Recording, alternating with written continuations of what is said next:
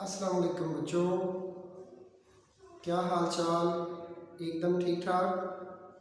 मैं Abdurrahman Aspire group of colleges Chunian campus से आप लोगों से मुखातिब हूँ।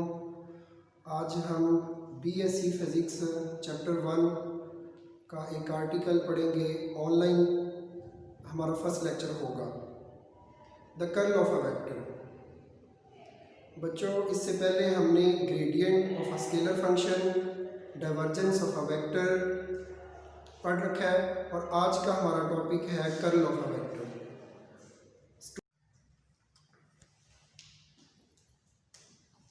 Curl of a vector field, we are going to describe what is curl of a vector field.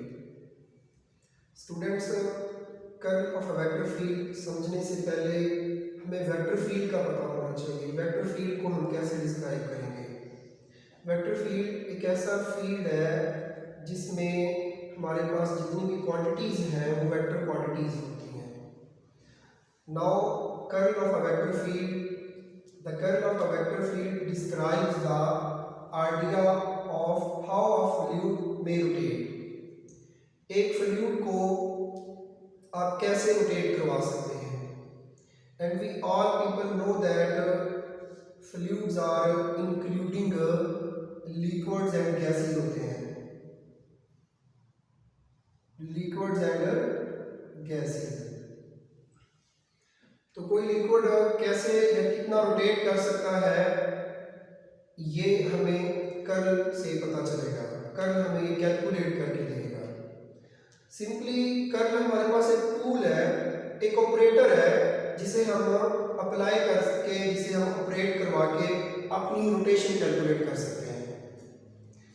Curl of a vector field, curl हमारे पास एक operator, एक टूल है। On applying the this tool we can calculate, we can find the rotation of a vector field of a vector. The curl of a vector field describes the idea of how a fluid may rotate. Imagine that the below vector field f represents a fluid flow. Students, आप इस diagram को consider करें। इसमें जो vector field f है ये represent कर रहा है कोई फ्लूइड फ्लो हो रहा है। आप वाटर सपोज कर रहे हैं, वाटर है ये। वाटर अगर पहले एक और वे से हम रोटेशन को समझ सकते हैं। अगर वेक्टर स्ट्रेट एक वाटर किसी पाइप में, किसी वॉल में वो एक स्ट्रेट मूव कर रहा है वाटर। अगर आप कोई हार्डर रख देते हैं, आगे कोई रुकावट रख देते हैं, वेक्टर वहां से वो क्या करेगा, इस सिंबल से यूं एक वाटर फ्लो कर रहा था या कोई फ्लूइड था, आगे कोई हार्डल आ गई तो वाटर वहां से क्या करना शुरू कर देगा, रोटेट हो जाएगा, हार्डल से रोटेट होना शुरू हो जाएगा। This is simply rotation and rotation mean curl of that vector. यहाँ मैंने इसको हम समझ रहे हैं कि ये सेंटर पे एक स्मॉल टेक्सचर हमने रखा है, स्मॉल सफेद है हमारे पास, और जैसे ही वाटर फ्लो करेगा, वाटर सर्कुलेट करेगा और ये सफेद आपका स्पिन करना शुरू कर देगा, रोटेट करना शुरू कर देगा। That mean how spinning this सफेद is means curl of that vector. The maximum value of line integral of well defined continuous and differentiable vector function over an area of a surface by unit।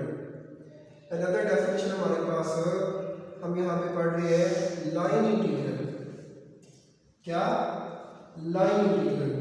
और हमने last lecture में line integral पढ़ रखा है a dot dl और ये उसका integral. Line integral पर unit area delta A of that surface such that area approaches to zero, that mean area should be very small। यहाँ से आप ये भी कॉन्सेप्ट अपना ले सकते हैं कि जो कर्ल ऑफ अ वेक्टर है ये माइक्रोस्कोपिक ऑब्जेक्ट्स के लिए एप्लीकेबल होगा। हम मैक्रोस्कोपिक की कर्ल यहाँ पे रोटेट नहीं करेंगे। Mathematically curl of f is equal to limit del a approaches to zero line integral of f over area. Line integral मैंने आपको बताया a डॉट dl, उसकी maximum value per unit area such that area approaches to 0 is known as curl of that vector. The curl of a vector, यहाँ हम उसको mathematically define करने लगे हैं. The curl of a vector function is equal to the vector product, and we know what is vector product. Vector product का other name हम cross product भी कहते हैं. यहाँ पे किसका क्रॉस प्रोडक्ट ले लें? एक हमारे पास है डेल ऑपरेटर, ये del which is a vector quantity with vector function f. Mathematically curl of f is equal to del cross f. मैंने यहाँ डेल के कंपोनेंट्स लिखे हैं बच्चों, पार्शियल और partial X I plus partial और partial Y J plus partial और partial Z K cross vector F के रेक्टेंगुलर कंपोनेंट्स आ गए F X I plus F Y J plus F Z K, और इसको आप डिटर्मिनेंट मेथड से curl of F is equal to this one आ जाएगा. बच्चों आप कर्ल को समझने से पहले हमारे लास्ट प्रीवियस 2 आर्टिकल्स हैं जो लॉन्ग क्वेश्चन है हमारे पहले चैप्टर के, उसमें हमने gradient of a scalar function पढ़ा था जो कि डेल फाई था. This is like an a, जैसा हम एक वेक्टर को किसी स्केलर नंबर से मल्टीप्लाई कर रहे हैं, ग्रेडियंट ये थी. और आपने पढ़ा था gradient converts a scalar into vector.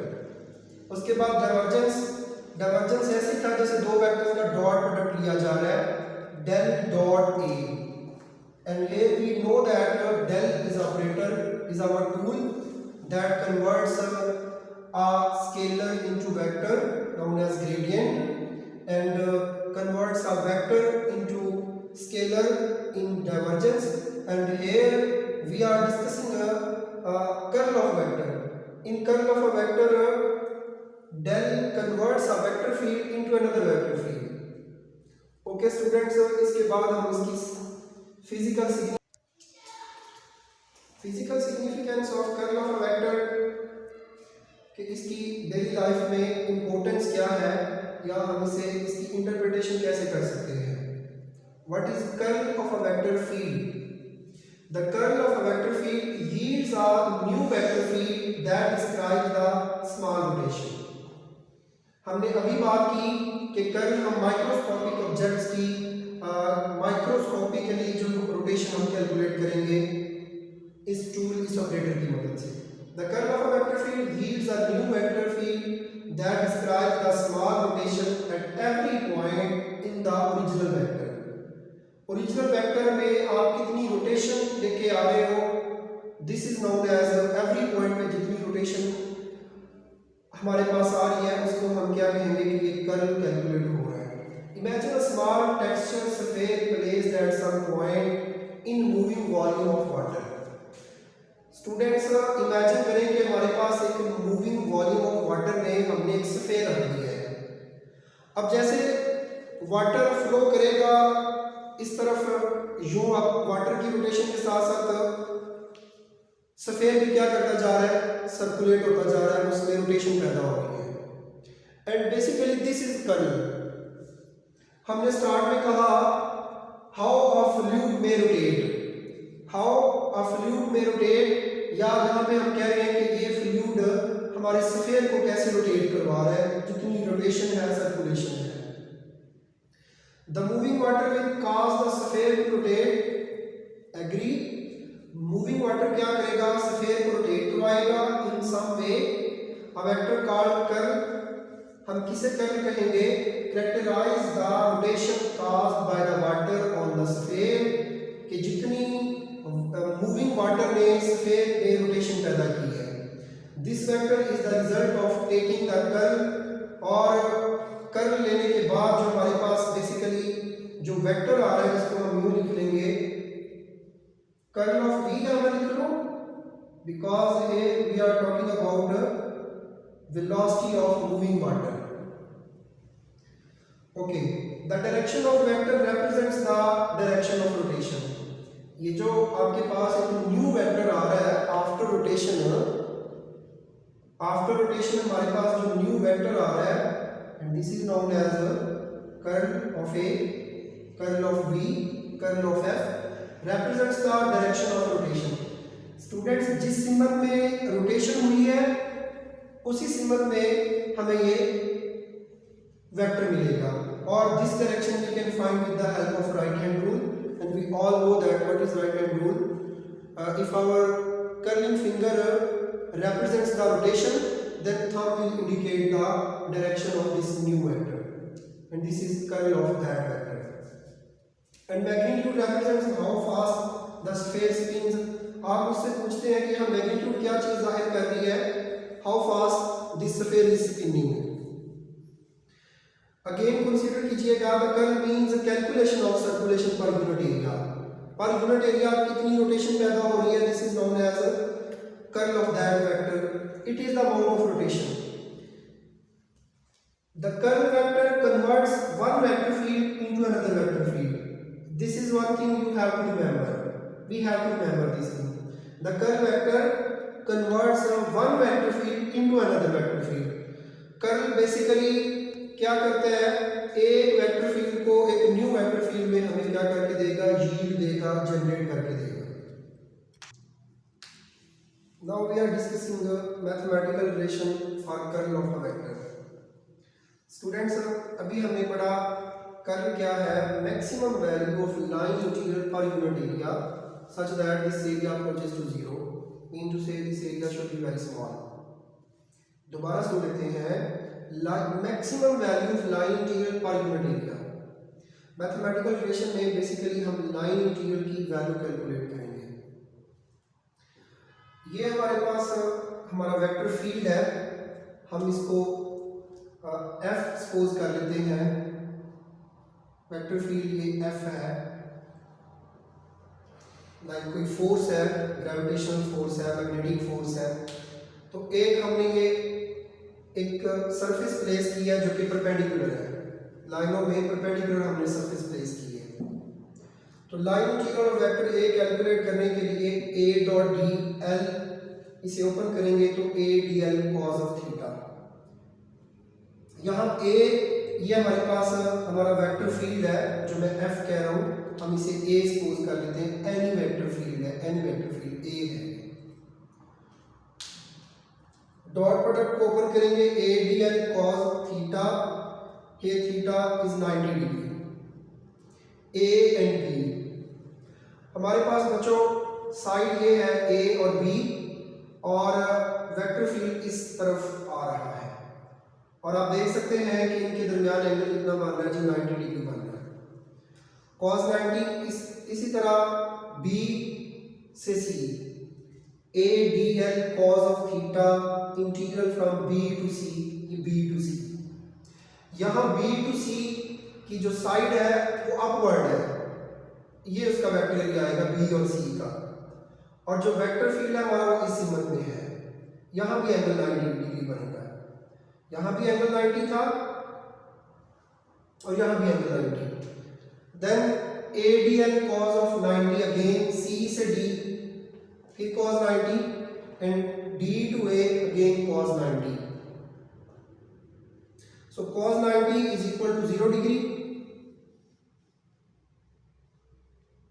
cos 90 0 के इक्वल होता है.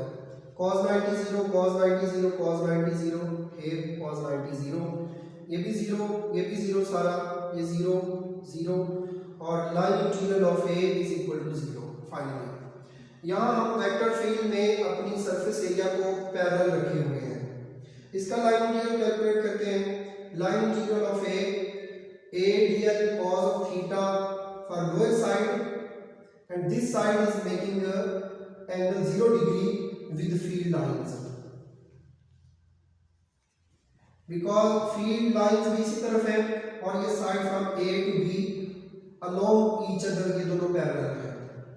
cos 0, और इस साइड पे students along side B to C ये लाइनें भी क्या हो रही है, परपेंडिकुलर हो रही है cos 90. अपर साइड आ जाए from C to D, integral from C to D, ये ए टू बी था, ये था बी टू सी, और ये है सी टू डी.